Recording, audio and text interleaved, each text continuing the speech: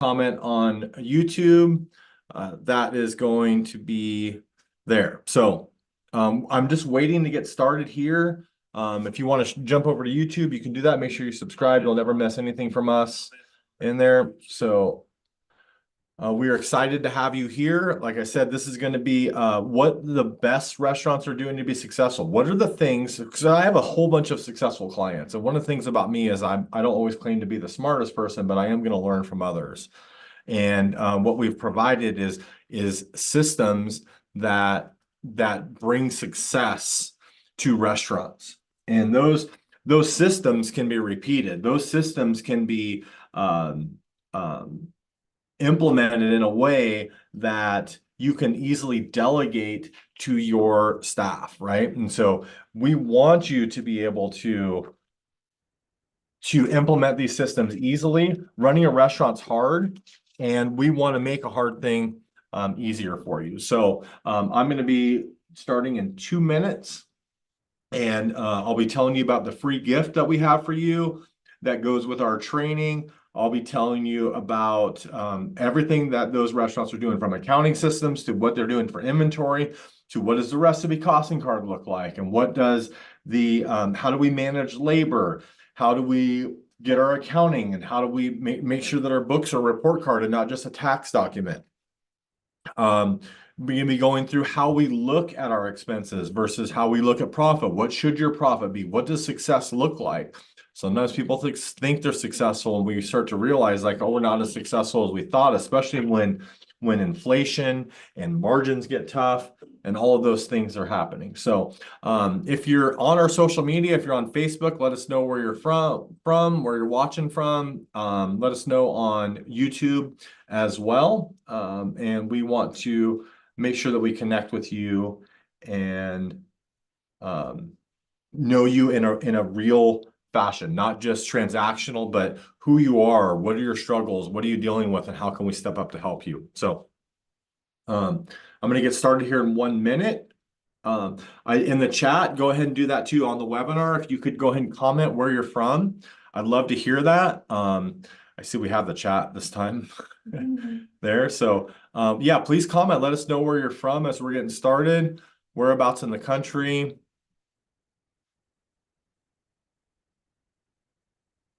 Here, don't be shy.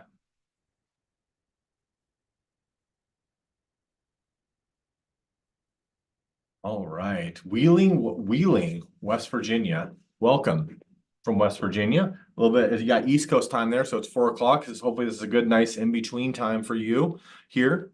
Thanks for showing up. One of the things I want to do, I'm going to get started right now. We're right on the hour, and I want to respect your time.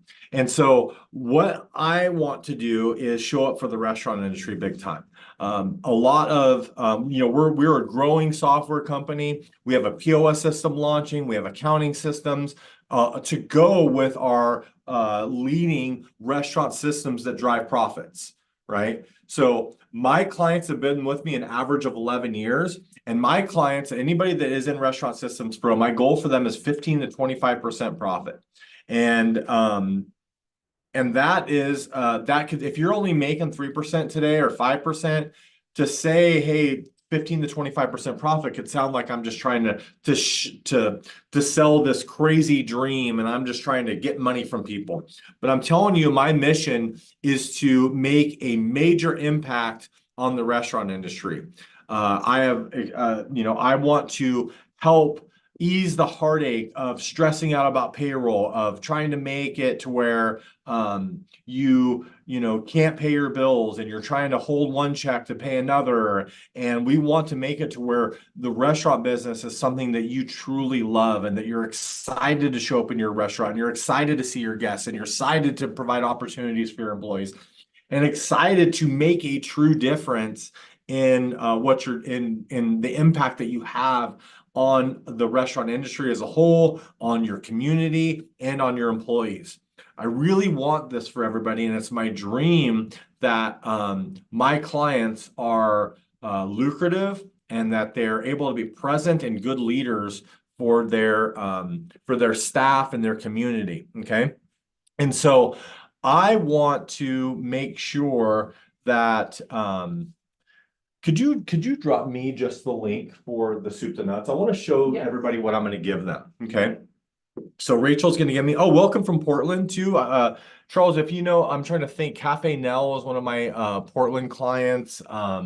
There's more. It's what's the Spud one? Anyways, we have a number of clients in there too. So I'm going to show my screen for a minute, and I want to show you a gift I have for you as a giveaway. Okay. So I'm going to share my screen and going to jump in here. So for anybody that stays around to the end, I'm going to be going through a lot of things that it may seem like I go through them quickly. It may be that you want to dig deep on there. And if you need to dig deep, I'm actually giving everyone who attends to the end a recording of our workshop, right? So we call this our workshop in a box. And we've organized. So I'm going to go here at the end. I'll give you this link and you'll be able to sign in. You can see I have a sign in here for my wife that's on there. I'm already a member. I'm going to log in and show you this gift I have, right? And so if you stay to the end, we're going to, on social media, you'll need to request this from us, but everybody in the webinar, we're going to drop the link in the chat there too. In fact, maybe if you want to drop the link to the webinar on the Facebook comments and on the YouTube comments so that people want to jump in here and they can get that free gift at the end of this, okay, by dropping in to the webinar itself, okay? So I have organized our 4-day seminar and we have it recorded, right? And so, and even teaching hospitality part in here, wire systems important. We start in the workshop. You can see here's the workshop. These are our offices in the back. And these recordings are all broken up and organized for you so that you can consume them in an organized manner, okay? So we go through these different sections. We have the 4 calculations of cost of goods sold, and we teach that. I'm going to be going through one of those calculations in the call today. But the full 4 calculations are gone here with notes and manuals and stuff here. So if I'm looking here and I want to see this full manual here and get that, there's links and resources that are teaching all of this too. I don't want to start a tour of Adobe, but all of this, all of these resources I'm providing to you with the actual videos where we're teaching this as well. Okay, so it's a big giveaway. I want to make sure that I'm providing value for you up front and let you know that we're here for you, and we're not just looking for a transactional relationship. Okay, so stick around, and I want to gift that to you for those that are willing to put themselves out there. So I am very excited because stop sharing. I'm very excited because there's some of you are here are not normal restaurateurs. Okay, I'm gonna tell you there's a personality with the normal restaurateur that is a little bit of arrogance, and I'm just going to call it out there, where they think, and it's kind of fake arrogance. It's not real arrogance. It's that everybody thinks that they're supposed to have everything all figured out. They think that they're supposed to, if you've been in business for any amount of time, that you're supposed to know. And so you talk to your competitor and they're like, hey, how's it going? Oh, everything's going great. Everything's perfect. We're doing good. We're busy, profits are good, all those things. And in reality, they're having trouble paying their bills. They're making 3 to 5% profit. And sometimes you actually think that they're doing good because maybe they're making 6, 7% profit. And the NRA, the National Restaurant Association, says that the average restaurant is going to be at 3% profit. So if I'm making 6 or 7 profit, I'm twice as good as the average restaurateur. I'm going to give myself a big pat on the back, how smart I am and how good I'm doing with all this. And the reality is that it is that is not good. And so I have a whole bunch of customers that are at 2 ends of the spectrum. And a lot of those customers come to us because they're like, hey, we need to find a new way. We need to find a way of doing business that is going to help us combat inflation, that's going to help us hire employees and keep them, find new employees that are actually good at their job. We want to help you thrive, right? And get to that point where your back's against the wall. I can't pay my rent right now. I owe 941 taxes to the government. I owe sales tax. I'm behind on that. I got to get on payment plans to do this. So we have people that are with us that have their backs against the wall and they have to make a change, right? So they're very motivated to make that change. And then I have the ultra driven people on the other end where they're on a mission to open 20, 30, 40, 50 restaurants, and they need systems in place to be able to do that. They understand that they need to be able to 10x themselves to rather than just double their efforts to truly grow in a big way. Okay. So we have people that are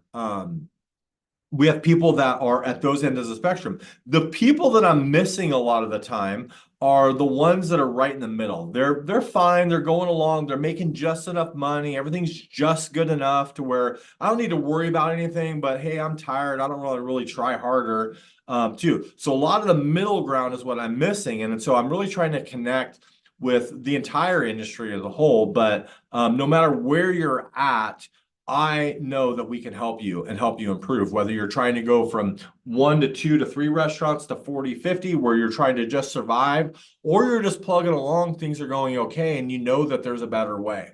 Okay. But you have to be willing and you have to be open to learning and you have to be open to goals. Now, if we're going to be setting goals, we have to get on the same page. And for us to get on the same page means that we need to understand prime cost. And we need to understand prime costs in a way that makes it to where we're measuring what I'm saying. Because what I'm saying, prime cost is total cost of goods sold, total labor. And let me show it here. Oops, I got to share my screen first. Sorry.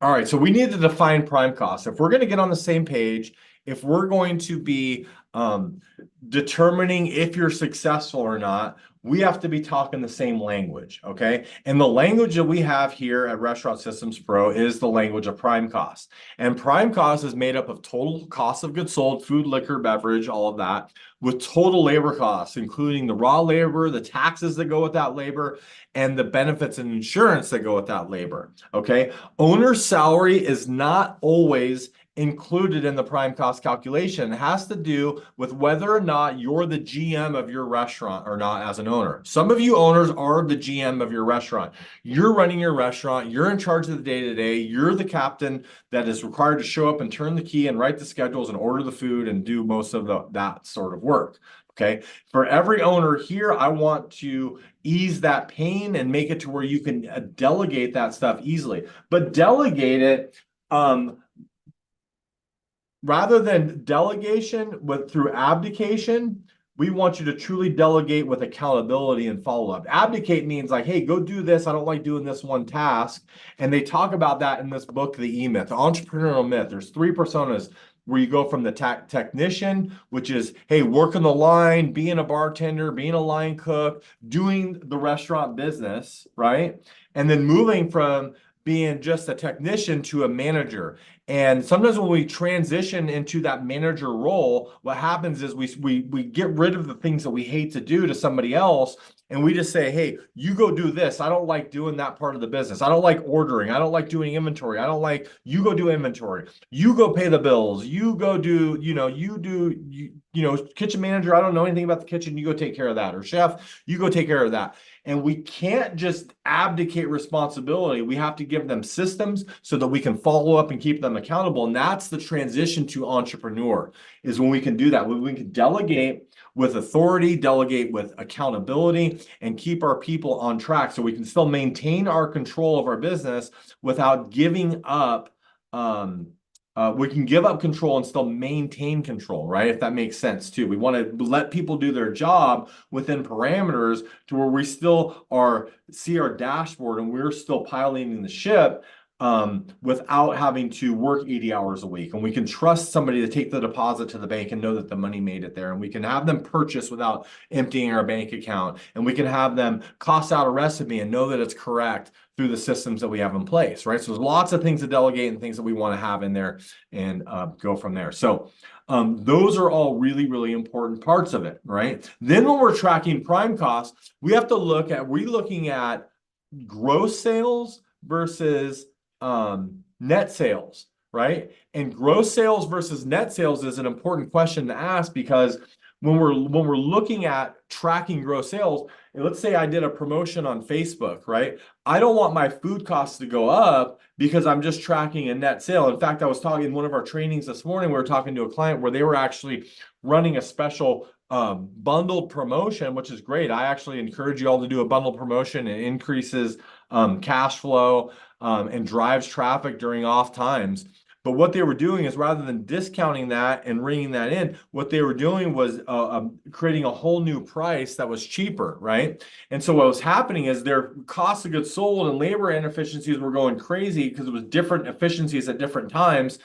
We're going crazy because they weren't tracking the full sale that was coming into, or the normal full sale that would be coming into their business, and just tracking in the post-discounted amount in their numbers. And so what that means is the chef has food costs go up, and they just go, oh, it's because of this promotion that we run, right? It's not because I'm wasting product or mismanaging product or doing anything outside of that. It means that those as those sales come down, but there's still the same amount of product going, we discount a hamburger, a pizza, or whatever. If I'm tracking the net sales on it to calculate my food costs could go up, and my chef hasn't mismanaged product or anything. But what it mainly does is it is a built-in excuse that I don't need to look further into my food costs.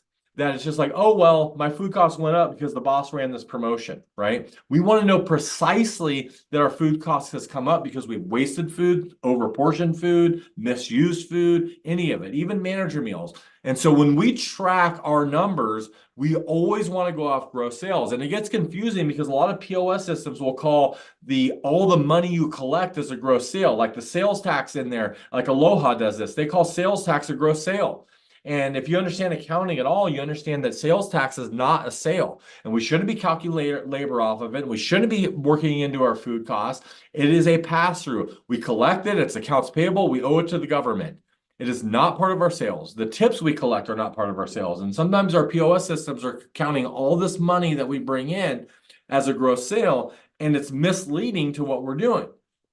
So the other thing is, when we are forecasting our sales, we also want to forecast in the same way that we're tracking. And sometimes we may have things that are coming up. And I'm going to exaggerate this a little bit with this example, but let's say you're doing like the Boys and Girls Club of America, right? And you're doing a $10,000 banquet for them.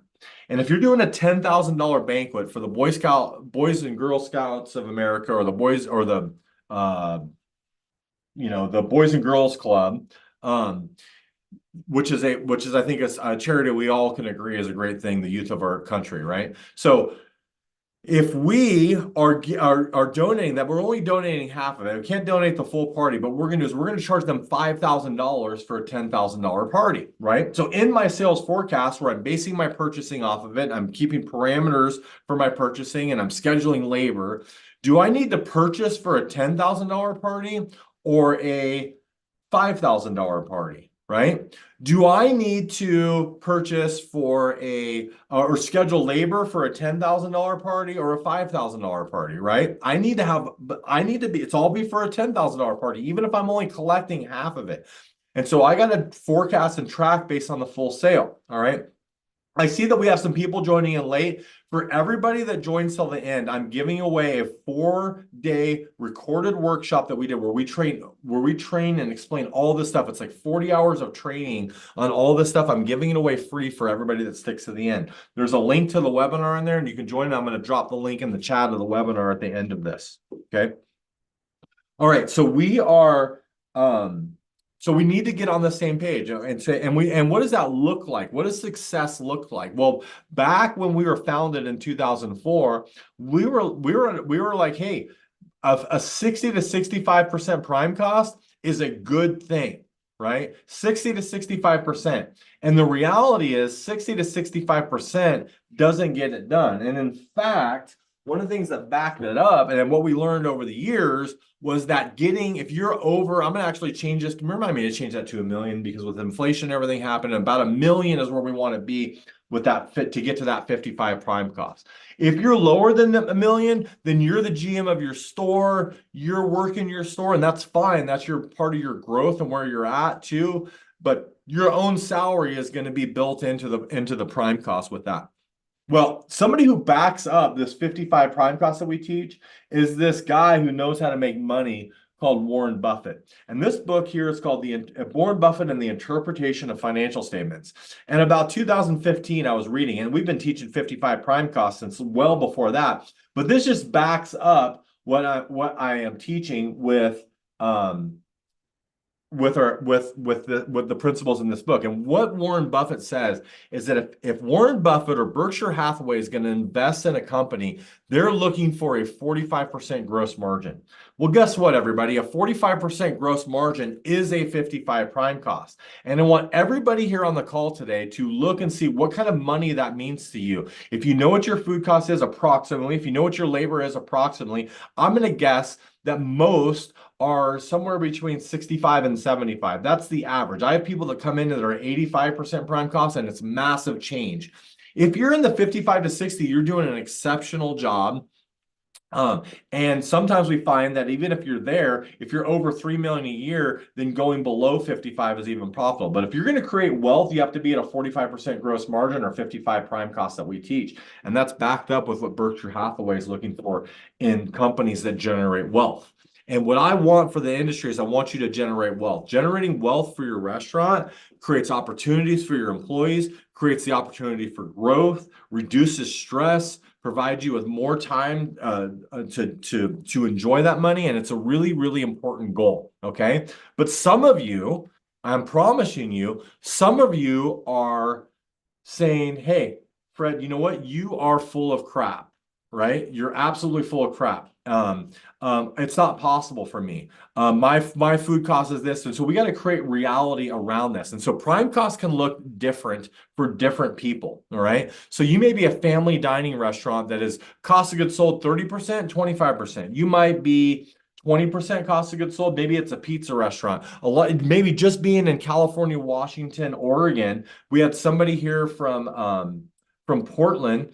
Earlier, it was Charles is from Portland. Charles is dealing with $18 an hour minimum wage, approximately. We're dealing with a lot of variables. And so just being in Portland may mean that I got to run at 20%, 22, 23% cost of goods sold. It's different for every restaurant. I hear so many consultants just say, hey, oh, your food cost has to be 30%. Well, that's a myth. It's not true. It has to fit within what your prime cost could be. Maybe you're a steakhouse, right? And so a steakhouse could be a 40% cost of goods sold. It's $100 steak at $40, right? But it's because it's $100 steak, it's going to drive my labor really, really low when I'm selling a $100 steak, right? And so that's a really, really important thing, right? So whatever your situation is, you have to make your prime costs work for you. You got to make your reality work. And so you have to believe it, right? And so if I'm going to believe it, I have to have some buy-in, okay? And so to help with that belief, let me go back. I'm going to show you. Sorry, I didn't mean to stop share. Got ahead of myself.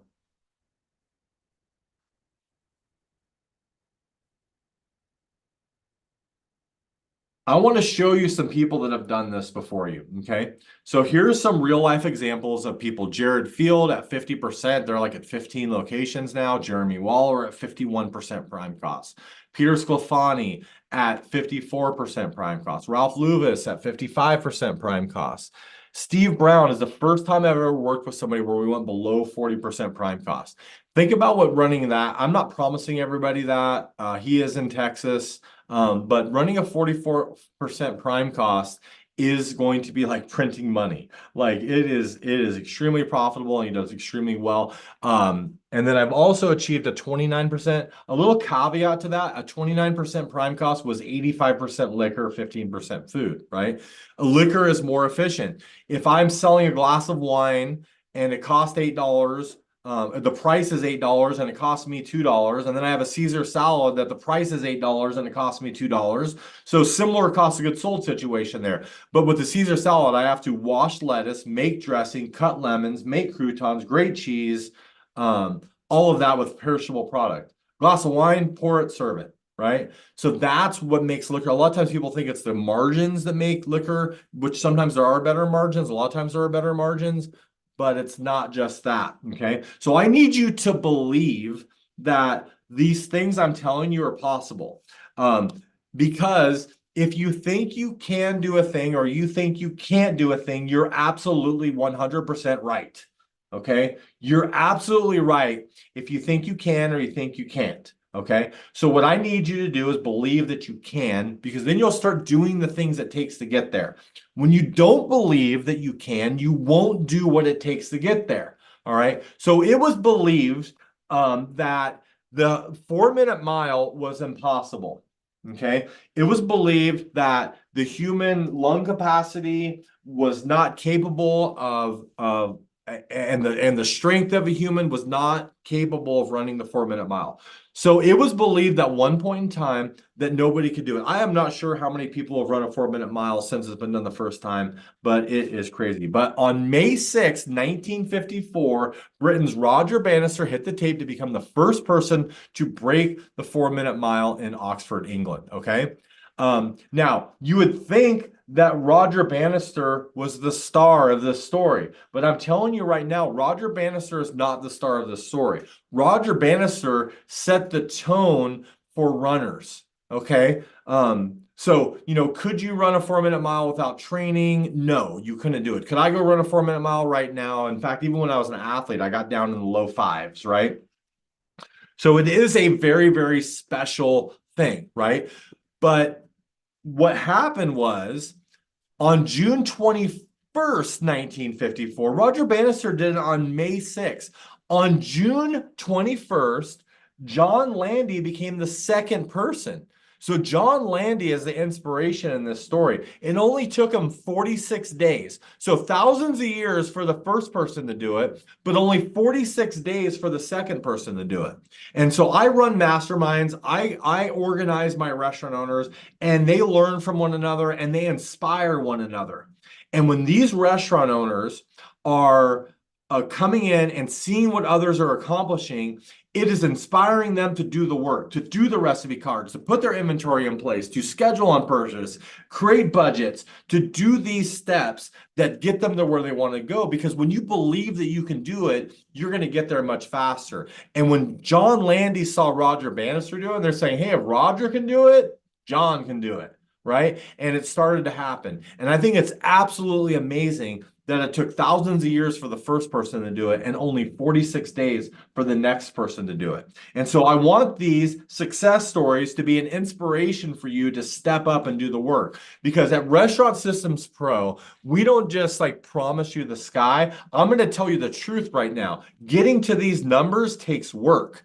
But it takes work as a team. It takes work where we're delegating. It takes work in a way that you can truly lead your team to doing it and inspiring them and get everybody working in the same direction with organization and know-how in the process, okay? And we lay all that out for you. We give you the paint by numbers path to achieving these results.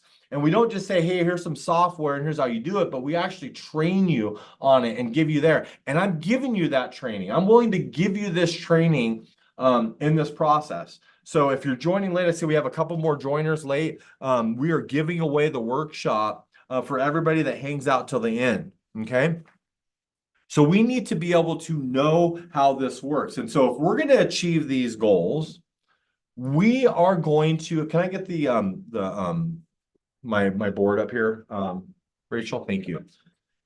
If we're going to achieve these results, okay, we need to be able to set a plan in place to be able to make it happen. right? So if we're going to achieve, now this is going to be backwards for those of you on Facebook. So click that link and join the webinar because I have my camera turned around. Okay. Or maybe let's do this. Let's do this so it's not backwards, Rachel. If you could take a look at this camera and get that lined up for me. Can you do that? Yeah, of course. Did you say hi? Oh, you got on camera. There we go. All right. So if we are going to get on here too, so everybody on Facebook can see it. All right. So if we're going to achieve our results, we need to budget for those results. We have to set a plan in place that lets us know that we're going to achieve it. We have to have a financial projection that lets us know our targets and where we're going with it. Okay. And so we have to put a name to every dollar. We have to make sure that we're doing everything that we're doing is on purpose. Every purchase we make, every hour we schedule, every utility check we write, we have already pre-planned what it's going to be. And we're going to track along the way if we're following that plan as we go. And if we track our prime costs as we go, then most of our other operating expenses are going to be more predictable and in line. And if we hit our prime costs, we'll hit our bottom line that's expected. Okay. And when we do this, we need to turn traditional accounting on its head. Okay. So traditional accounting looks like this. Our sales minus expenses equal profit. Profit. That says profit. I know I kind of got in there. Sales minus expenses equal profit. And we want to flip that on its head and change this accounting equation. And so if we change this accounting equation, we're going to change it to this. Sales minus profit equal expenses. And this is a mindset shift. Okay. And it's a mindset shift that lets us know that profit is not something that's just left over for us. We're not a victim to this. We have to plan the profit. We plan this out and we need to execute it. And we have to make our expenses equal an amount that allows us to live the life that we want, to bonus our managers, to take care of our investors, to pay back loans, to live the life we dream and increase those profits to levels that we've never seen before. And that's not by accident that we have to do that. We have to plan that out. And sometimes we're dealt with circumstances that we think we're a victim to. And so real quickly, I want to tell you about the Apollo 13 story, just real quickly. They were on a mission to the moon and everything went wrong. They had long story short, definitely check out the movie, but they had this point where the oxygen was building up. After they had to scrap their mission to the moon, they were in a different capsule. They had to use a different rocket to get them home. And so they're in a different capsule coming home. And in that, they had to make a square filter fit a round filter, right? It looks something like this. Oops. The square filter had to fit the round filter. And so the engineers had to make this terrible situation. They dumped everything that was in the space capsule on the table to make survival a reality. Now, in engineering, could they have just whined and said, oh, well, we have a square filter, there's a round filter, we're going to give up? But no, they didn't, because lives were on the line. And so the engineers used what they had available on the spacecraft to build a connector from the square filter to the round filter and got the astronauts home. And that's the same situation that you all find yourself in. You're in this situation where this is the rent I've been dealt. This is the situation I've been dealt. This is the loan I have. These are the sales I'm at. You have all of these factors. And what we need to do is we need to put our minds together, and a lot of times with our entire team, not just you on your own, and make the reality of what we're doing fit in a way that helps us live the life. And that's where these expenses or what we're going to plan around, where we engineer a menu for profits, where we do all these things, where we know exactly what we're spending, and we put a name to every dollar, and we really, really track it. So now when we're budgeting, I'm sharing my screen, right? Or I'm not sharing my screen, good. Is we need to know our break-even point.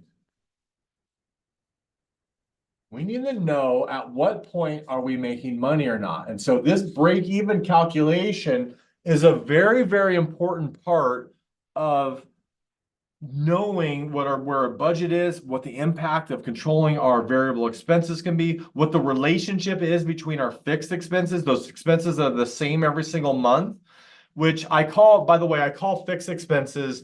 They're not variable, even though like my utility bill may change every month. It's changing based on the weather. So my electricity will go up when I'm using my AC more. It's not based on how many customers are coming in the door, right? Because I have more my variable expenses are if I have food on the plate, the more food I sell, the more more money I will spend on food, right? The more beer I sell, the more beer I will have to fill the glass and credit card processing and all that. So we're going to look at two scenarios here for break-even point to get a deep understanding of it and how it affects our restaurant's profitability. So I have scenario A and scenario B, and we're going to start with scenario A. And scenario A is a scenario where we have 65% variable expenses. So here's our variable expenses, okay? So with our variable expenses, we're going to have a contribution margin. That's what CM stands for, okay? So we're going to have this contribution margin. So if I have 65% variable, that means that with every single dollar I generate in my restaurant, that means that I'm going to have 35 cents left over, right? So every single dollar I generate is going to have beer in the glass, food on the plate, labor to deliver it, credit card processing, tinfoil, restaurant supplies.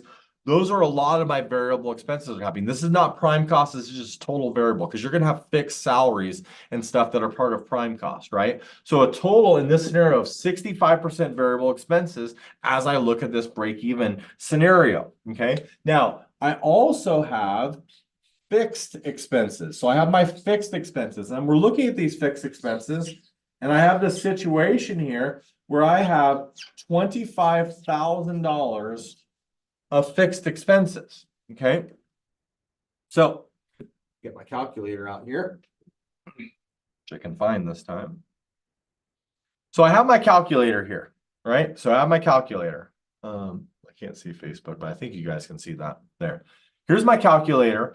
I have $25,000 of fixed expenses. There's my $25,000 of fixed expenses. That's my rent, my insurance, my utilities, even though they're semi-fixed, the garbage pickup, telephone bill, a lot of my fixed expenses, which are just fixed expenses that happen monthly for me, right? My variable expenses are my tinfoil, my credit card processing, my plastic wrap, day dots, portion baggies, restaurant supply stuff, right? Because as my sales go up, I'll use more of all those things. As my sales go down on those things, I'll use less of those things, right? So food on the plate, beer in the glass, all my variable expenses. Labor to deliver it, variable labor, hourly labor is variable. I can control that up or down. So I have $25,000 of fixed expenses, okay? Oh, which by the way, on my iPhone users, if you just go back like that, you can go backwards on it and put your numbers in. A lot of you don't know that, so I wanted to give you that little lesson that you can take with you there. If I'm going to break even, okay, so I start off at $0 of sales. So here's $0 of sales, right? And I want to know at what point do I break even, right? So my break even point in simple terms is how many, because every dollar I generate has 35 cents left over of it after I take into account my variable expenses. So my break even point is how many 35 cents does it take to pay for $25,000? Right? So I take my $25,000 and I divide it by 35 cents. And that's going to tell me that my break-even point is $71,428.57. So I go from $0 to $71,428.57. That's my break-even point. How many 35 cents does it take to pay for $25,000 in fixed expenses? Okay. Now, a lot of times people think, oh, once I hit break even, I'm done, right? So if I go 81,428.57, exactly $10,000 more than break even, a lot of people think, oh, I'm making $10,000. But the reality is, even after I break even, I still only have 35 cents left over after the food on the plate. Even after I break even, I still have to put food on the plate, beer on the glass, swipe the credit card, all of those things, right? So this would be a profit of $3,500 when I get to 81,000, right? And if I want to double my profits, I'm going to get all the way to $91,428.57. And that'll get me to $7,000 in profit here. Okay. Very, very important principle to understand when it comes to really driving high profits in a restaurant. What is my break-even point? Somebody's probably said that to you along the way too. Let me also show you the restaurant business here. The restaurant business, like as a software company, I have a lot more fixed costs than I do variable costs, right? I have most of my employees are salaried employees. Most of my expenses are monthly expenses that are the same all the time. I might have marketing that goes up and down. But as a software company, we are full of fixed expenses here. But a restaurant business is full of variable expenses. And what makes it so special, it's why when you look at most budgeting systems, they don't account for variable expenses. They don't account, if you go into QuickBooks, it's all fixed budgeting, right? And that doesn't make any sense in a restaurant, right? So if I'm looking at this, if I go to make $3,500, I got to go from $0 in sales to $81,000 in sales. And I will make the exact same amount between 81 and 91,000 as I do between 0 and 81. If that's not the restaurant business for you, doesn't that just demonstrate in numbers the hard work it takes to make a dime, right? There's a lot of work going from 0 to 81,000. And then you're telling me I make just as much between 81 and 91? Well, let's get to break even a lot earlier. What do you say, right? Through systems, organization, checklists, processes, exposing inefficient times versus efficient times through systems, all of those things that we cover in our workshop and that we make easier as a company, right? So now we go, well, how does this overall affect? So we're going to look at scenario B here. If I'm doing 55% variable expenses, right? So now what happens to my contribution margin if I lower my variable expenses? If I lower my labor, lower my food, get better credit card processing rates, better supply, budgeting, all those things, and really controlling those controllables, right? So if I get to 55% now, what does that do? It leaves me with a 45-cent contribution margin. Okay, so now I take this same scenario. I got my calculator out here. Okay, I got my $25,000. Oops, I went to 250. I just swipe across and now I have $25,000 without having to start over, right? Here is my fixed expenses. Now I have a 45% gross margin because I've done a good job of implementing systems and lowering that cost. It's not just accident, it happens on purpose, right? And it's not through shopping for cheaper products. I'm telling you, your money is in your usage of products. Everybody thinks that shopping for a better price is going to save them. It's going to be in your usage of products. So $25,000 divided by my 45% or 45 cents gross margin gives me $55,555.56. So now, same fixed cost, $25,000. Now my break even is $55,555.56 in this scenario. Okay. Now, in this scenario, if I get to $65,555.56, what's my profit? $4,500, right?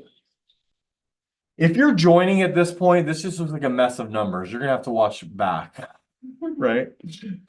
Those of you who have been here since the beginning, you're understanding this, right? $4,500 is what my projected profit would be based on that 6,500. So now when I start looking at this and go, okay, well, based on this scenario before, if I did 91,000, so what's the difference between 91,000 and the 55,555, right? That's the 91,428.57. And then every bit above that, I'm making 45 cents on it. So times 45 cents means that my profit is now going to go from $7,000 to $16,142.86. That is $16,142.86, right? That's not just, this is where you start to see the curve. It's hockey stick curve. It's not exponential, but it's hockey stick curve profit in growth. You start getting into break even faster, it is really, really apparent. Real quick, as I look at this, in that same scenario, let's say I have $1, let me break it down here, $1 of fixed expenses, right? If I'm running, here's my calculator, I have $1. Okay, if I have 35 cents left over of every dollar, so I divide by 0.35 equals that. That means I need to do $2.85 of revenue, $2.85 of revenue to pay for $1 of fixed expense. Let's say I lower my fixed expenses by $1,000. That means I need to do $2,850 less in revenue, not $1,000 less in revenue, right? But $2,850 less in revenue to break even, right? Now I can use this to make sense too. What if I'm going to look in the future and I know this number through our budgeting system? I'm going to show you the budgets right now. If I go, because all this math I'm doing, it's handled in our system. You don't have to know the math or do what I'm doing. We've created it to do it for you automatically, right? But if I'm looking at this and I'm going to spend, let's say I'm going to spend $200 on a jazz duo in my restaurant, right?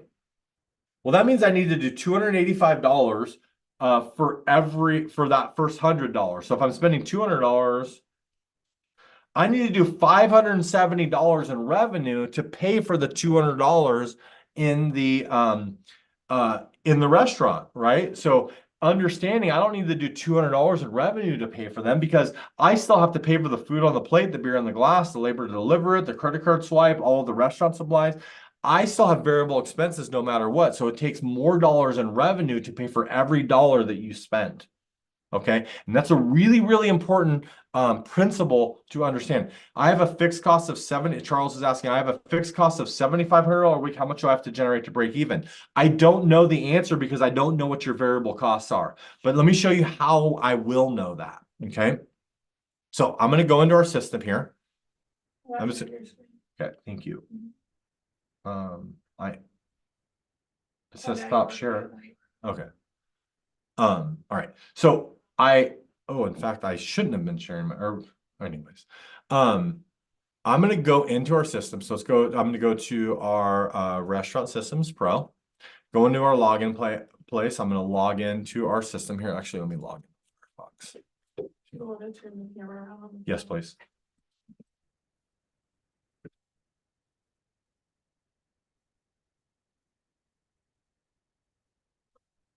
All right, so I'm showing my screen now. I'm going to go into a sample restaurant.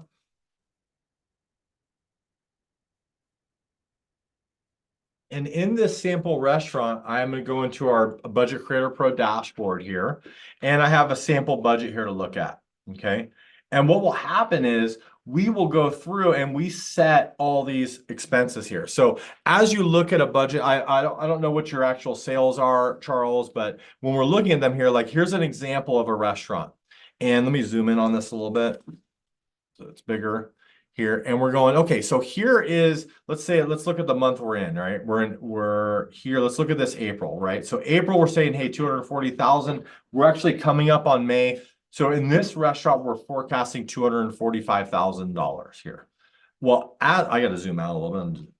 Sorry. All right. So as I look at this, we have a breakdown of our mix, right? So this is where the equation gets a little bit more complicated than just, where we're at. So what we do is we look at your history and we can break down your sales and predict based on your past what your future mix will be. What I mean by mix is this is saying that 80.5% of my sales are food sales in this scenario. So if I did $10,000 in sales, $8,050 on average would be food sales, right? This was saying. So if I did 245,000 total, I'll do $197,000 in food. Well, now we go through and we look at cost of goods sold, and you'll see when we look at your cost of goods sold that we've entered all of these in as variable expenses, right? So what happens is we'll plug in your variable expense targets. When we start making these for our clients, we do this for you so you don't have to. We do it for every single client we have, and we build this in here. And what we do is we start with where you're at right now, and then we do a new copy and say, hey, this is where you're at. This is where we need to go. All right. Kind of that's an A/B scenario that I was showing you. Here's where you're at. Here's where we need to go. And here's what it will mean to you. Okay. So in this case, we have the food costs, and this is food 26% of 197, right? So these targets that we have. And then we get into labor and we go, okay, well, I have fixed labor in this scenario, but then there's variable labor that we're budgeting and all of these, prep cook, captain, and we have all these variable expenses that we're budgeting here. Okay. Then we go into like employee benefits. We have the taxes that are being added onto that. And then we have our operating expenses. We're pre-planning what it looks like to be successful on your P&L, right? So we're pre-planning your P&L. This is our financial, this is called a pro forma, a business plan by the numbers, right? So we start setting these targets and putting systems around these targets. Look at this rent. That's entered in as a fixed cost. It's showing me a percentage, but see, it's the same as we go across, right? But then as I go through here, I'm going to find some, fixed. Here's variable. So here's credit card processing, right? So based on my sales, this number is going to be a variable cost as I go through this. Insurance, that's a fixed cost every month that we're putting in there. We have that, okay? So we'll identify fixed variable all the way through. They're paying an accounting $1,000 every month. That's fixed. Doesn't matter what the sales are. That bill is the same, right? So then you go through all these expenses. Here's comps that are in the system because we're tracking gross sales, remember? So we're going to track our comps as an operating expense. We talked about in the beginning that we're tracking gross sales. So our comps so that our bottom line is correct, our comps have to come out of operating expenses down below. And we track those. Well, then we get to the bottom down here, and you'll see that the break-even point has automatically been calculated. And if you want to know your weekly break-even point, we can actually translate this into a 52-week budget as well and track what our numbers are. Okay. So we got to know the relationship. So Charles, you gave me your fixed costs. I'd have to know your variable costs because I got to know what your contribution margin is to be able to get there. Our software does it for you automatically and will identify the break-even point. Then from there, we take your books, and once we take your books, we know we can plug them in here, right? And we'll know where we're at. So if I start to go across and I look at March, right? So March books should be done now. If you guys don't have your March books, you have a problem, okay? And so you need to be looking at that. Here we take your actual P&Ls, we can push them from our accounting system into here. We can grab them from QuickBooks and push them into here, and you can have your actual versus variable. So if I'm looking at this, let's say I planned on doing $189,000 in food sales, but let's say I actually did 200,000. I want you to see something here. See how it says 49,000 is what my budget for food is. But doesn't it make sense that if I did more in food sales, that my kitchen manager should have to buy more food than we originally planned, right? So this is what's called flex budgeting. And so if let's say I did 200,000 here instead of the 189, right? So I hit enter on that. It shows that I did $10,000 more than I forecasted. But now you'll see that my budgeted amount is $52,000, 26% of the 200,000 I actually did. And it's up from the 49,000 because my manager should have purchased more food because I did $10,000 more in sales than I planned. And so there's where you take your budget, you budget it, and you have the actuals. Then you have this other challenge that has to be overcome here. So see how this is based off of, this has changed too. It's 10% of 200,000. Once you put actuals in the system, it does all your budgets based on what I should have done, based on what I actually did, not just this fixed number that stays the same. It adjusts based on your actuals. Now my fixed cost should be the same, okay? But when I'm doing this, I want to be able to accurately compare my budgeted amount to my on my P&L to what I budgeted. Now, if I'm looking at this, my budget is saying, this is what I should have spent based on the sales that I did in March, okay? But what happens is we end up getting the wrong number in our books to compare it, okay? And that's where, let's see, is there something in the chat? Variable costs are 62. So your contribution margin is 38%.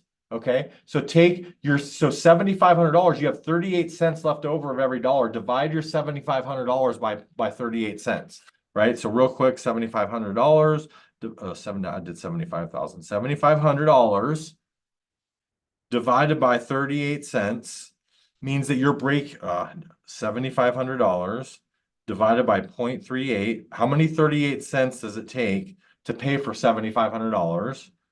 Means that your break even is $19,700 a week. Okay. Based on that, you know your fixed costs. So now we go in here and we got to compare our actuals to our we got to compare our actual numbers to our budget, right? And so let's say we go in here our books and it's recorded, we have a recorded number. Well, what happens is, let me actually switch to a calendar here.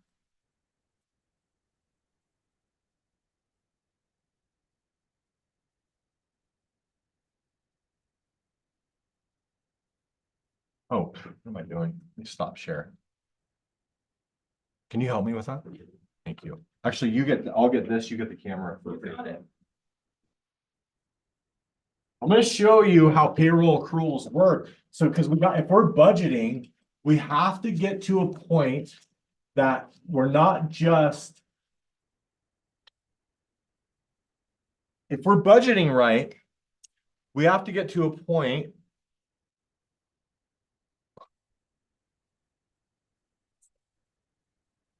We'll have to turn that. Well, I'll just move the camera for y'all, okay?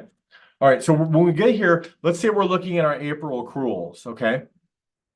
If I have a budget, my budget in my Budget Creator Pro is going to show me what my labor should be based on the sales that were from the 1st to the 30th. Okay, so I'd like everybody to participate a little bit, and I'd like you to comment if you're weekly payroll, bi-weekly payroll, or semi-monthly. Some of you, maybe if you're from out of the country, you might be monthly payroll. That's very rare unless you're out. So Jeff is bi-weekly. Thank you, Jeff. I get a couple more in there. Don't be shy.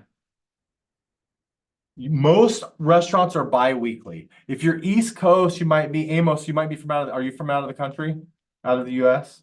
But if you're monthly, that's great. It fits. There. So Jeff said bi-weekly. So if we look at a bi-weekly payroll, Charles said bi-weekly, Jody's weekly. There we go. All right. So if I'm going to do the example as bi-weekly here. Okay. It's from Singapore. Singapore. Nice. Welcome. Glad you're here.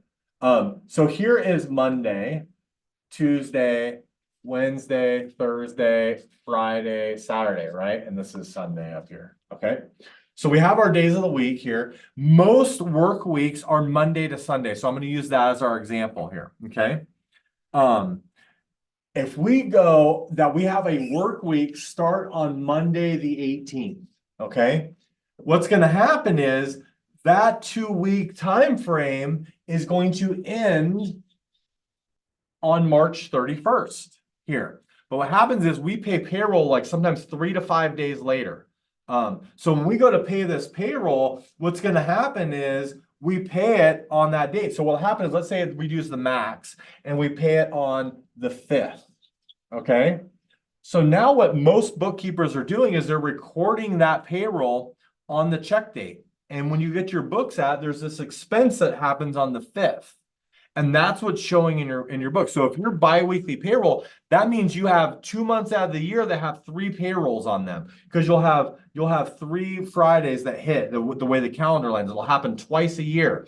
If you're weekly, like Jody is, 4 times a year, you'll have 5 payrolls in a month. 4 times a year, you'll have 5 payrolls. If you're bi-weekly, 2 times a year, you'll have 3 payrolls. Okay. Now, when we're looking at this, we'll have another payroll that will have started on the 1st of April and ended on the 14th of April, and the paycheck date will be on the 19th of April. Okay. Then we go through and we go again, and we have another pay period that will begin on the 15th of April. Okay. And end on the 28th of April. And that will hit on that Friday. And then we'll have this payroll that hits on May 3rd. So now when we start looking at the way that's recorded, we're good. And so what a lot of bookkeepers will do, or companies will do, is they'll switch to 13 period accounting, which is 13 4-week periods instead of monthly accounting, so that we have these 4-week periods that our payroll fits nicely in, right?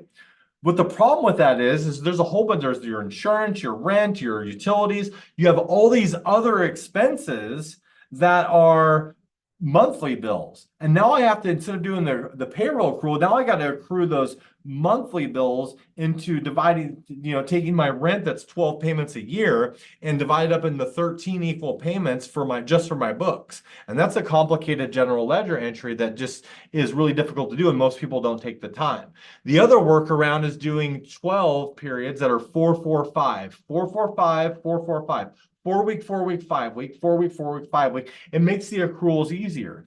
But what we've done is made this accrual happen automatically in our system. So if we know what's going on here, and in fact, if we're recording it by check date, which 90% of bookkeepers are doing it that way. So I know that people that are on here, there may be 1 or 2 of you doing it right, or 3 or 4 of you doing it right, but most are just recording it by check date. And what happens is, that means that my April labor that I would want to use my budget and compare it to, I would actually be comparing the 18th of March labor to the 14th of April compared to the 1st of April to the 30th of April sales. And that is a terrible report card for my business. It doesn't tell me how I'm really operating. It's massively off. I'm going to have I only have 4 weeks compared to 30 days. And the 4 weeks I'm comparing are the 18th of March to the 14th of April that are showing my April books. So we got to fix that, right? And we got to make sure that that is something that is taken into account in my accruals. And in our system, it'll do that automatically. Because what I really want to do, and this is what payroll accruals would happen, is I would take this one would be easy because I'd be able to take this entire payroll, write the general ledger entry, and move this expense into March, right? But then when I get to this one that was on the 3rd, I have from the 15th to the 28th, right? But then 2 weeks later, I have another payroll that starts on the 29th and ends on the 12th. And then on the 17th, I have this payroll that hits. And 2 days of this payroll that hits on the 17th of May belongs in April. And so I got to do an accrual that moves the 29th and 30th of April out of this payroll on the 17th right here. These 2 days of April, I'm going to have it hit. So now I can't even finish my books up until this payroll ends. And I have to wait till past the 17th. So then this payroll gets run. I have to wait till it gets reconciled. So this is where you can forgive your bookkeepers a little bit for getting your books to you later. But if we had a system that would tell me where I'm at right away on the 1st of May, so I know exactly my books for the 30th, I'm cooking with gas. Okay. And that's really, really important. So let me show you how that works. If there's any questions on that, I'm happy to share. Go here. Am I sharing my screen? Yep.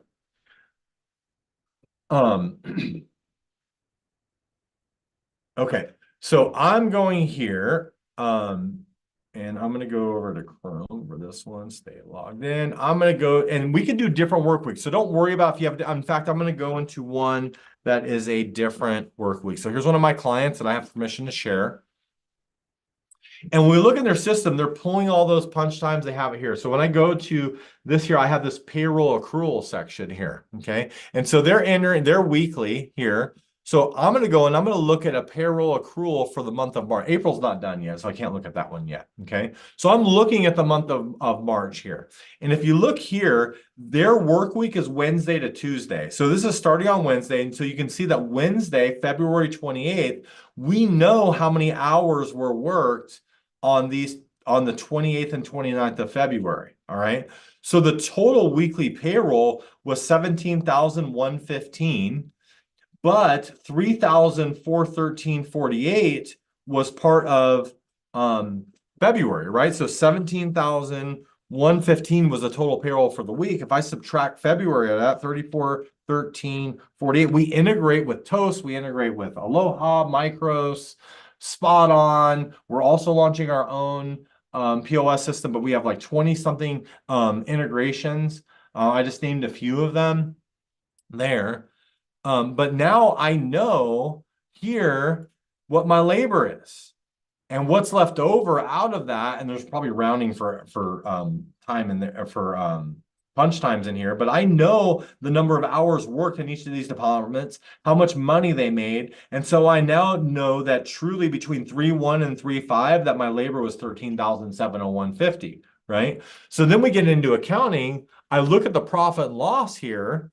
Actually, let me finish that accrual. Now I go down and I get to the end of the month, right?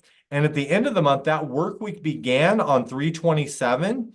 But at the end of the month, I have Monday the 1st and Tuesday the 2nd of April that doesn't belong in my March books, right? So for whatever reason, man, their labor was good that week. Oh, I think they closed for Easter.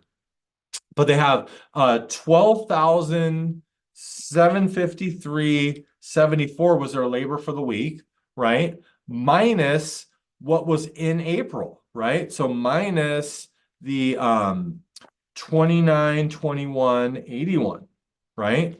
So automatically I know there's my labor that is only part of March. So now I can stay on monthly accounting knowing that I have accruals that are there. So you can see it's 75,806. I go to this profit and loss. I'm going to look at this by month, and I'm going to go look at my March books, right? So I hit reload on that, and then automatically I have this 75,806.81, and I can see here that you can see those accruals as I inspect my P&L. Okay, they're all here. Okay, so and then we have our salaries. You can see the salaries 35,000 on this thing. If I go down to the bottom here, you can see these salaries, bi-weekly salaries all in here. They have some people that are in the system that are part of their restaurant group that don't have salaries down at that store level, but they're still in the system. But then we have all these bi-weekly salaries where it tells me what they're making monthly on here. So this 35,258 now in my P&L, it's showing the right number here with all my taxes and benefits in here. You know, also here while I'm in here, if I'm going, hey, I'm going to look at my cost of goods sold, here's my purchases, I can actually inspect any of these. So I go to my Capital City Produce, and not only here is my, here's some restaurant supply stuff with tax that goes with it, but here's my food and liquor, and here's the invoice that goes with that,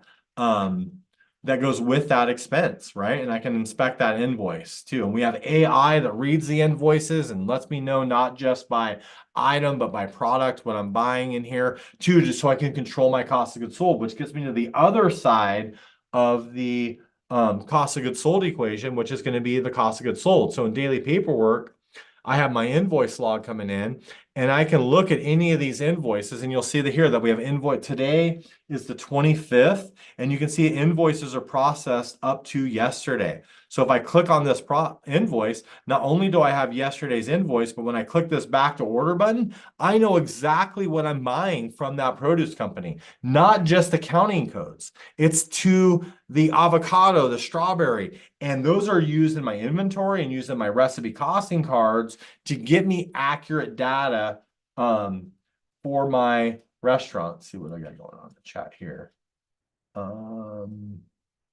There. We actually do not integrate with Lightspeed, Charles. I'm sorry about that. And that's not because of us, that's because of Lightspeed's choice. They are forcing people to use their credit card processing to be able to use integrations. Now that's Shift4 doing that, and they bought up Focus and other ones too. I'm not sure if they're doing that with Lightspeed yet, but Shift4 bought Lightspeed as well with that. There, and it's called their U series because I think you have the integration that came from Upserve, and they're like combining it all, right? Yes, that's yeah, that is wrong. All right, so that's what we have going from there. We do have like I said, I have my own POS coming out, but we also have ways to import stuff in here, so I can export my data and import it in there as well. Okay, so there is those solutions as well. We built that on purpose for the POS systems that decide not to want to integrate, and it's because they're trying to build the things that I have, and so they look at that as competition and they don't allow the integration because of that. So as we go through, you can see all the items in here. You can see that these gloves are coding to restaurant supplies, that this lemon is used for liquor, so it's coded to liquor automatically. When I look at my show the invoice log here, I can see how this is played out, and I can see where the coding is, where it goes to food, restaurant supplies, liquor, the whole thing there. Okay. Now, I am going, oh, let's see. So auto processing invoices, like we do that through an app. You can just scan them. You need to track this stuff. When I was consulting, like I have 1 million miles flown domestically from consulting all over the country, out of the country. Hundreds of restaurateurs I have been working with over the years. Okay. So we've taken all those best practices and things that I don't claim to know everything, but I see what people are doing well. I teach what to do well. But I also see restaurants doing great things all the time. I have great perspective over the industry from my thousands of customers. And I get to see what the best are doing. And that's what I'm doing today, is passing that stuff along to you. All right. So there's different things. As I start getting all my purchasing in there, I can start developing auto pars. Let's say I'm going to use round numbers, but let's say I use 10 cases of tomatoes per 100,000 in sales, right? So then I have a sales forecast of $25,000. How much tomatoes do I need to order, right? Well, I use one case. So if I break this down, it's one case per $10,000, right? So now I can use this data that we generate in your system and say, hey, I need 2.5 cases to get me through this $25,000 forecast of tomatoes. Well, I can't order a case of tomatoes, so the system will know automatically that I need to order 3 cases of tomatoes, like that. So setting up auto pars, where we want to automate a lot of the things, not automate, that's probably the wrong word, but make it to where these orders are generated automatically, and then we always want that person to be able to review it and make it easier, right? Then we want to be able, we talked about tracking our budget, right? We set a budget in the system. Now I'm going to use a dirty word right now that everybody hates in the restaurant industry, especially managers, right? And that dirty word that everybody hates, I've never met a person that loves it. Never, right? It's one of these necessary evils. It's like it's doing the work that we have to get the information we need. And a lot of times with inventory, we need to know the why behind it, right? So if we're going to control that cost of goods sold side of the equation, I'm going to show you like what could happen with wine and why when I'm comparing my actual food costs or I'm going to say wine costs. Let's say I'm comparing, I showed you the budget where you put in your actuals and you compare it to what your budget is. Well, if we're not doing inventory, here's what can happen, okay? I'm going through a week, right? So I begin a work week on Monday. Okay. Now on Monday, we take inventory. And on that day, I have 12 bottles of wine. 12 bottles. Okay. And these bottles are they're $10 each. $10 each. Are you okay? Okay. All right. Right. So I have $120 on my shelf, $120 on my shelf. You can read that. All right. So on Monday, so I start Monday morning. I counted inventory early Monday morning before anything came in. I counted on Sunday night, right? And I have 12 bottles of wine on the shelf. Okay. Then I purchase wine during the week. And let's say I bought 3 cases. I got a 3-case deal. So I bought 36 bottles. And so I spent $360 on wine in purchases, right? So my purchases were $360. Okay. Then I get to the end of the week. Okay. And when I get to the end of the week, I count again. So now I get to Sunday. And we count again. But this time when I count, I have 30 bottles on the shelf. 30 bottles, okay? A value of $300 on the shelf, okay? All right. So if I go through this, okay, my purchases for wine for the week were $360. Okay. My price, I'm selling this wine at $40 on my menu. $40 price. That's the price, right? So it's a 25% cost of goods sold on that wine, right? Let's say I'm selling, four $10 glasses on that. So in inventory, what we need to do is we need to get usage, right? And so usage is the most important. A lot of people call it cost of goods sold, and this is the cost of goods sold calculation. But at Restaurant Systems Pro, we use the word use on purpose because I hope that I sold, but it could have been wasted, stolen, overportioned, right? So the way the usage equation, it says, hey, I have 12 bottles. I own 12 bottles already. It's on my balance sheet. I have $120 of inventory, 12 bottles on my shelf. I bought 36 bottles. So that means I have 48 bottles available to sell. 48 bottles are available. I get to the end of the week. I have 30 bottles on the shelf. I did not sell them. So I subtract them out of the equation. I did not sell. I still own them. So I have 48 bottles available to sell. 30 I know I did not sell. They're still sitting on my shelf. So my usage is 18 bottles. 48 minus 30. Now what happens is, especially when we're comparing the budget and we know if we're on track, if we're not on track, where we're at with it, a lot of you, most of you, a larger portion of you are just recording this and looking and say, hey, I spent $360, right? But let's say I go to my POS system and I sold 17 bottles in my POS system, right? Which means, 17 times 40 means I generated $680 of sales, right? So some of you are taking that $680, but you're just going purchases divided by sales. So you're saying, hey, $360 divided by $680 that I generated, 53% cost of goods sold, right? And that's what you're recording. And that's actually not right. That's not your cost of goods sold at all. My cost of goods sold is use. And I used 18 bottles. Now, see what I did there, though? My 17 only got rung in, but 18 bottles were sold. $680 of revenue, right? So the real value, I have 108. My real cost of goods sold is $180 from the 18 bottles I used, divided by the 680, means that my real cost of goods sold is 26.4%. Okay, that's my real cost of goods sold. Very different from the 53 we counted when we did purchases divided by sales.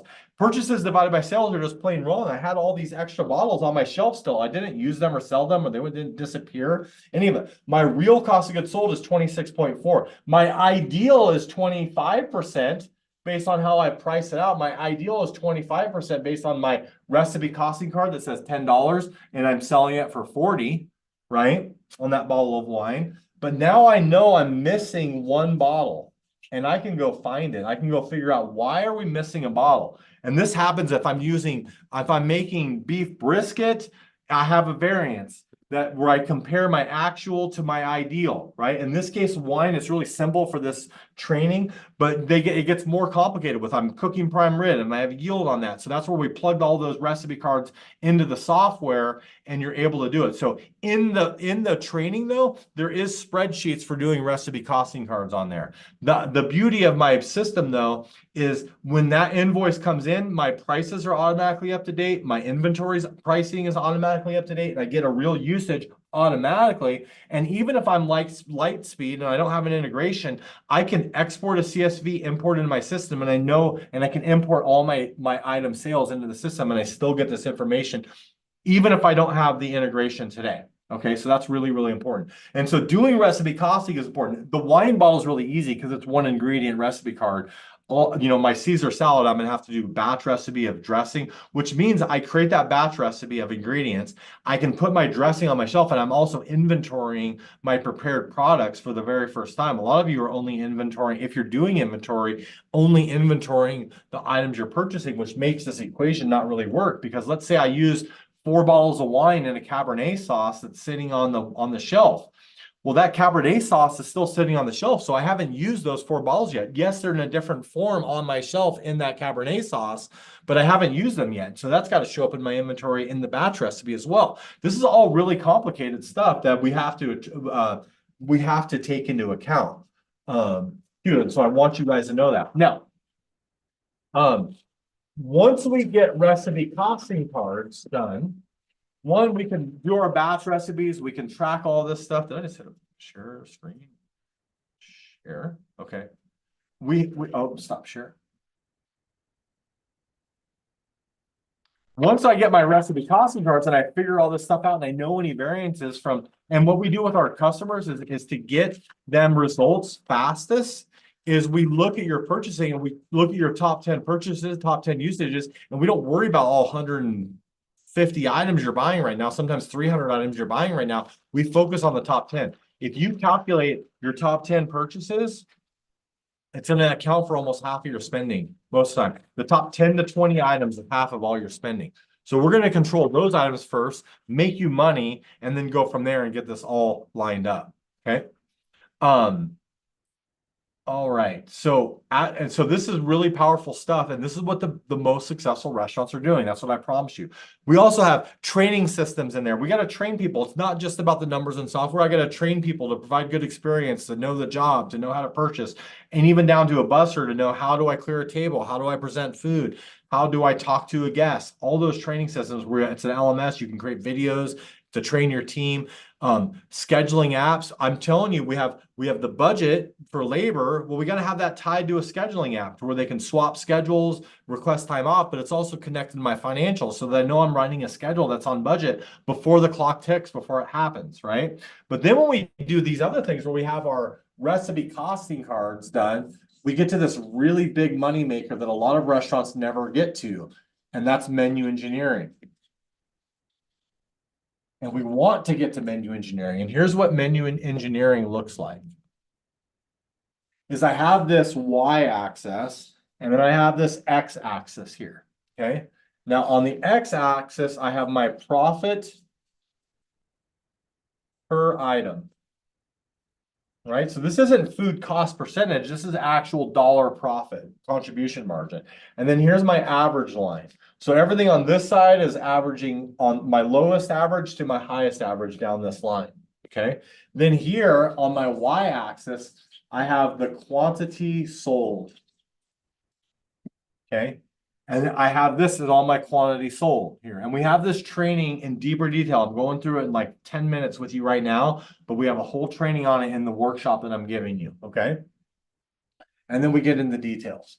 So this is my average of quantity sold. Anything average below that is my lowest average, and to my highest average is everything above that, right? So when I start looking at this, that gives me 4 quadrants to work with. And we have names for all the items that fall in this. And we compare like to like entree to entree, appetizer to appetizer, because I could sell a $10 appetizer that makes me money. And this is where we also look at this. We want to look at our contribution margin. I'm going to come back to this in a second.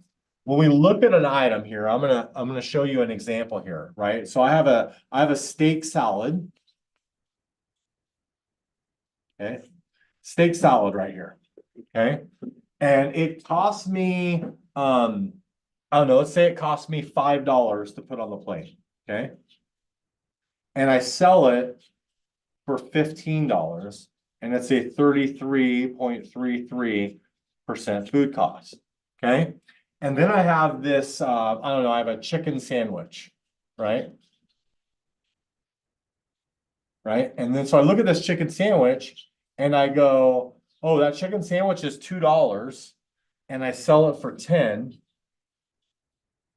Right. And we look at that and I go, 20% cost of goods sold, baby. Right. The 5 divided by 15 is my 33.33. My $2 divided by $10, 20% cost of goods sold. Restaurant owners look at this and they go, I want 20% all day long. I just told you like 20%, if I'm in Oregon, Portland, like Charles, I need to be a low cost of goods sold, right? When we're looking at our percentages though, it's all of our menu put together. When I'm looking at individual items, I'm going to make this easy on which one I'd rather sell. My gut is I want 20%, right? But the reality is, would you rather make $8? Would you rather make $8 or $10? That's an easy question to answer, isn't it? Right? I think it is. I'd rather make $10. All right. So when we look at our menu engineering, we're going to look and compare by profit per item, not just percentages here. Okay. So what we end up with is items that have high profit are going to be further to the right here, but low sales down in the bottom here. These are called our puzzles. Right. And so we have our items all costed out, and these will be data points here. Okay. So our puzzles, this is area where we're not looking to raise prices. But what we need to do is we're going to take pictures, we're going to educate our staff, and we're going to just try to increase how many we're selling. They could be positioned by eye movement in the wrong spot on the menu. It could be that people just don't know about it, but for whatever reason, they're not selling, but they're highly profitable. We also don't want to force the issue. Sometimes I can see like oysters are a high profit item, high dollar, high margin, high percentage too, but it's gonna be a cash contributor. But we can't convince people that would normally not eat raw oysters to eat raw oysters and use up valuable menu space and menu engineering to do that, right? And so we're going to do it through education. And what we do is we figure out where to position items that are, well, once we identify them and know them, to where we can sell them more and move them up, right? And up here is where our stars are. These are the whole stars of the show. These are items that are high in profit, high in sales both, right? And so that's where these are good here. Sometimes they have price elasticity where if I raise the price, it automatically moves them this way, all right? Where I'm really going to be looking to raise prices, this is my plow horses. And so now I'm surgically raising prices. A lot of you, when you're doing new menus, you just do everything. Yes, Charles, you'd be surprised. I'm going to actually tell you that how we help you. We actually, one thing Charles is asking, do you support people who have to figure out how to export files and import them? And it sounds like a lot, and how many hours and all that stuff. The level of support at my company is the differentiator. Well, our software is really good too, but if you don't know how to use the software, you don't get the result. And this is where I want the result too. So I'll show you how we can help you with that and what that looks like. The plow horses are ones, when I'm doing menu engineering, you can actually schedule with our coaches, and our coaches will do a menu engineering call with you. It comes with our software. We have coaches here. We're not just software support. We look at, in fact, the name of my POS system is called Serve, and my core values on the wall up there is serve them well. And serving them well is you, right? Them is you. Okay. And so we look at software support as hospitality from the restaurant. I'm a chef restaurateur that owns a software company. And so we look at our software support as hospitality, and we try to deliver that as hospitality. So if you're struggling with something and you can't get somebody on the phone, or you put in a support question and it's 5 days later, you need help. And you're used to it. Table 20 needs their food now. You don't go, hey, I'm going to get you that tomorrow. And we understand that mentality with restaurants, and we're there for support, and we have that. Okay. So my plow horses, though, are things I'm selling a lot of them, but my profit's not as good. So they're price elastic though, because they're so popular, they're selling a lot. I can change the price on them and move them over. Maybe they're not going to be a star, but I'm going to drive profits in this area with the things I'm selling the most. Now down here's my dogs.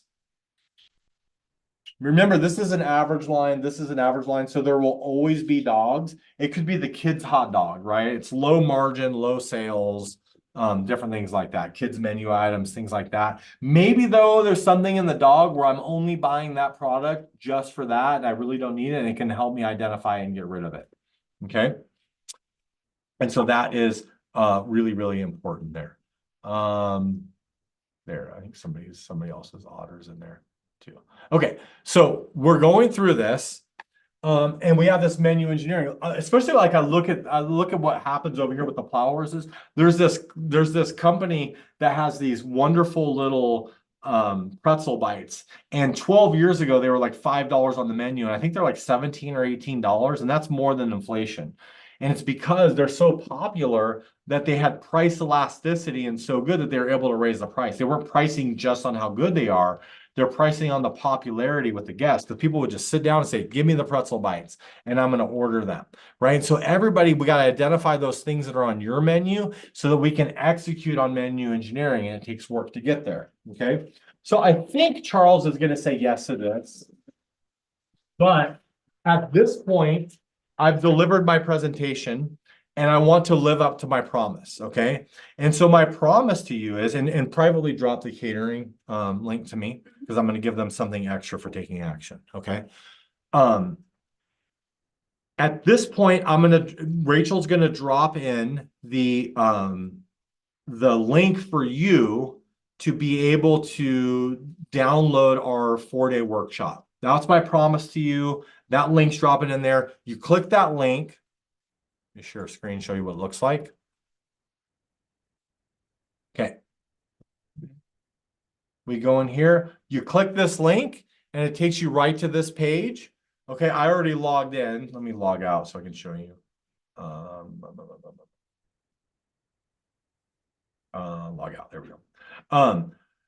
Here it takes you to this page. You're going to put in your name and email, and you have access to that for a lifetime, right? There's worksheets, there's all that. That's my gift to you. Okay. If I would love your permission. All right. So if I can get a yes in the chat, if you would like to know beyond this free workshop I'm giving you, if you would like to know what it would be like to work with us and what that looks like and how it would be a good way for you to dip your toes in the water with our systems. If it's okay for me to share that, I'd like to see some yeses in the chat.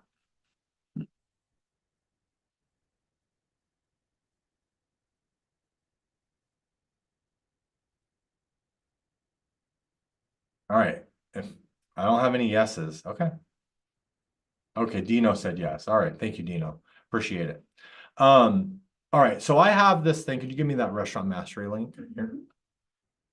Rachel's going to drop a link in the chat, and I'm going to show you what it looks like. All right.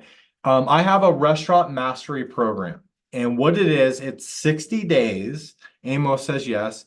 It's 60 days of working with us. Okay. Yeah, okay, that's fine. I'm not making you sign up now, but you do have an hour to get the deals in here.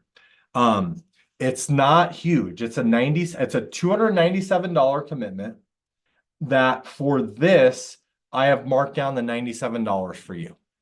And it will allow you to work with us, work with me and my team, going over the stuff, learning the stuff that's very complicated, like Charles said, for 60 days. And you may go, 60 days, that's a lot of work. It's working with you on the things you're supposed to be doing anyways. It's an hour of day of similar to what we just did right now, but diving in deep to each part of the system for 60 days, right?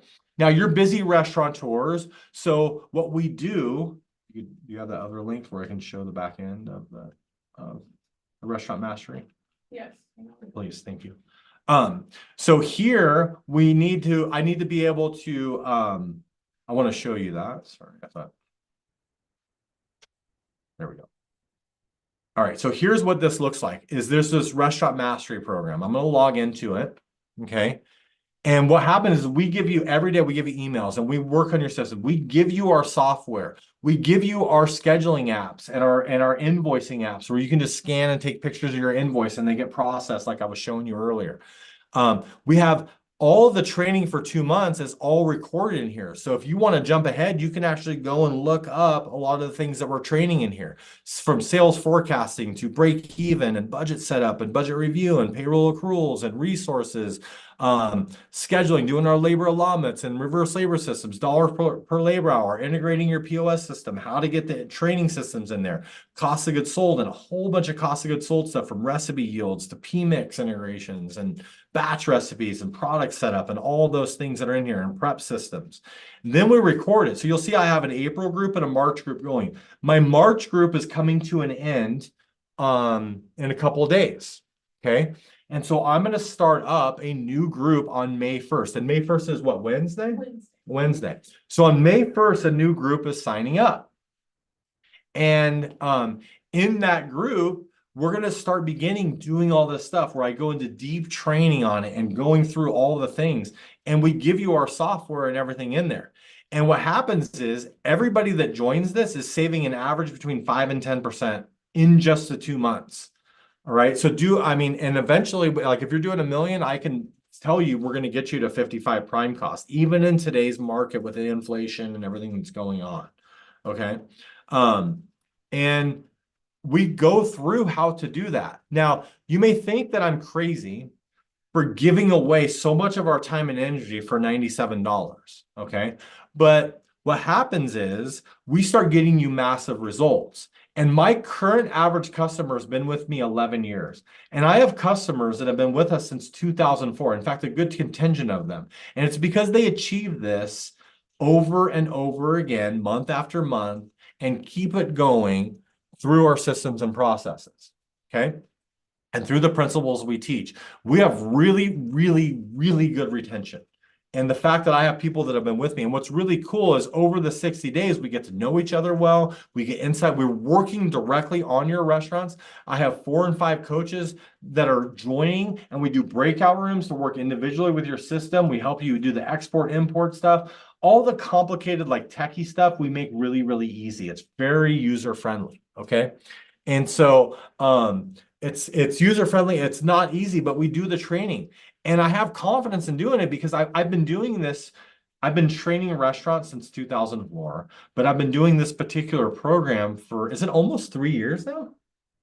Or 2 years? Almost 2 years that we've been doing it. No, because I was doing it 2 years. So 2 years I've been doing it.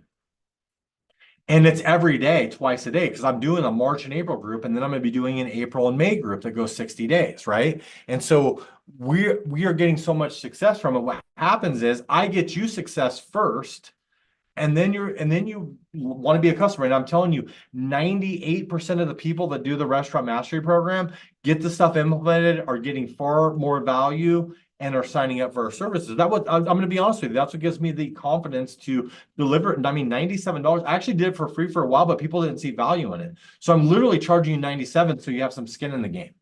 Because I know that if you do the work and show up and go through the trainings that we do, look at all these different things that we're training on you. And we have them recorded. And if I look here, the April 2024 recordings, we have, what's today? Up to today, even this morning's recording is right here. So if you're busy and you can't attend today, the recording's there right away. And so if I click this, it shows me that this was today's training that we did, right? And I click on this, it gives me notes on what we did today. I click on the notes, and you can see the recording of it. There's a transcript of what we did with a summary here, and then a full transcript of what we did. And we go through, and you can see I'm wearing the same clothes. I did this training this morning, right? And we're going through, and I'm not just about the software, but I'm going through and really training the principles behind everything. So we have a deep understanding, because the better teachers you can be of it, the more you're able to implement it and also teach your managers. It's also full of my current clients who have managers, and they throw their managers in that too, because it takes care of the manager training for them, right? And so it's a really, really useful tool that we do, and we show up in a big way for you. Also, when I'm going into our system, I go dashboard here. When it comes to support, we have calls twice a day. So 8 a.m. and 8 a.m. and 1 p.m.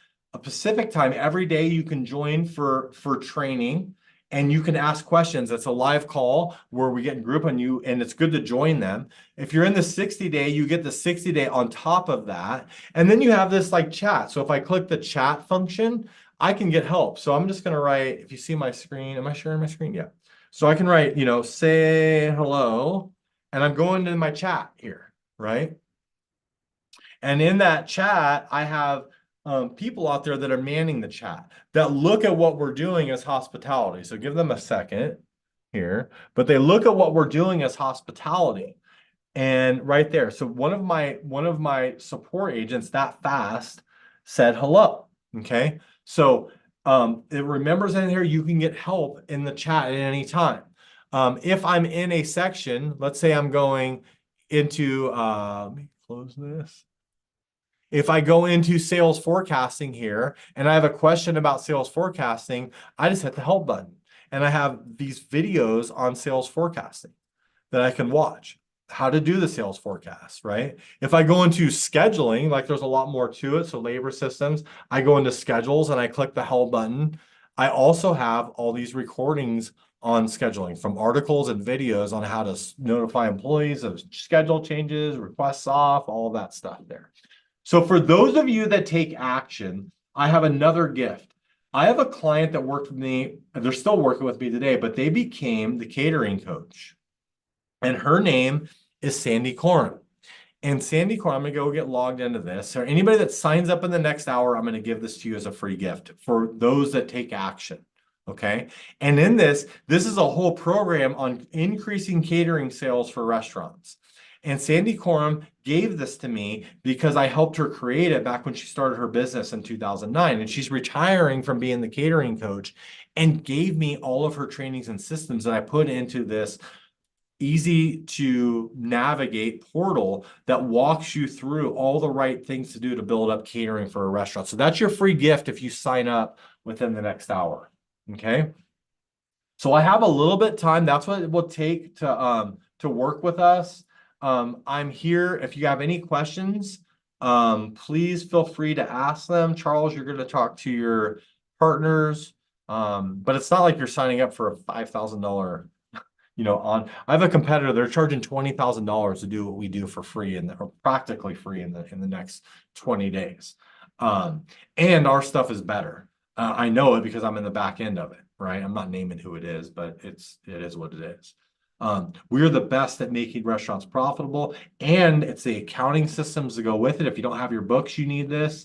If you don't know your recipe or your ideal costs on your items, you need this. If you're working 80 hours a week and you need to be able to delegate, you need this. If your profits aren't 15, 20%, you need this. So there's a number of reasons you need it. And there's a reason that my average clients have been with me 11 years. So I'm here to answer any questions if anybody has them. Otherwise, I'm going to sign off right now. And I'm happy to serve you in a big way. And hopefully I taught you some stuff today. Does anybody have any questions?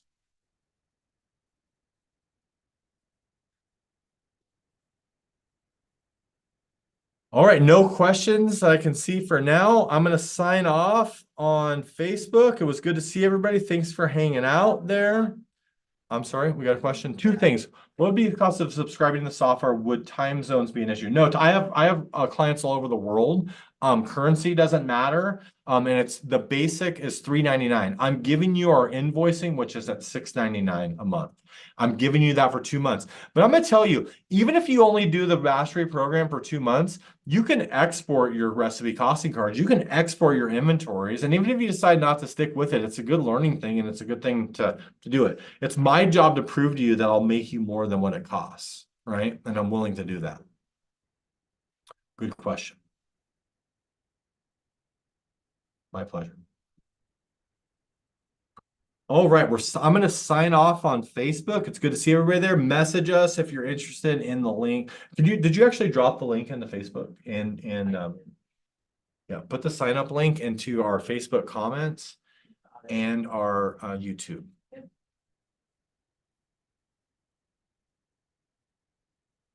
All right, everybody. Good to see you. If there's no other questions, you're welcome, Dino. My pleasure. All right, signing off on Facebook.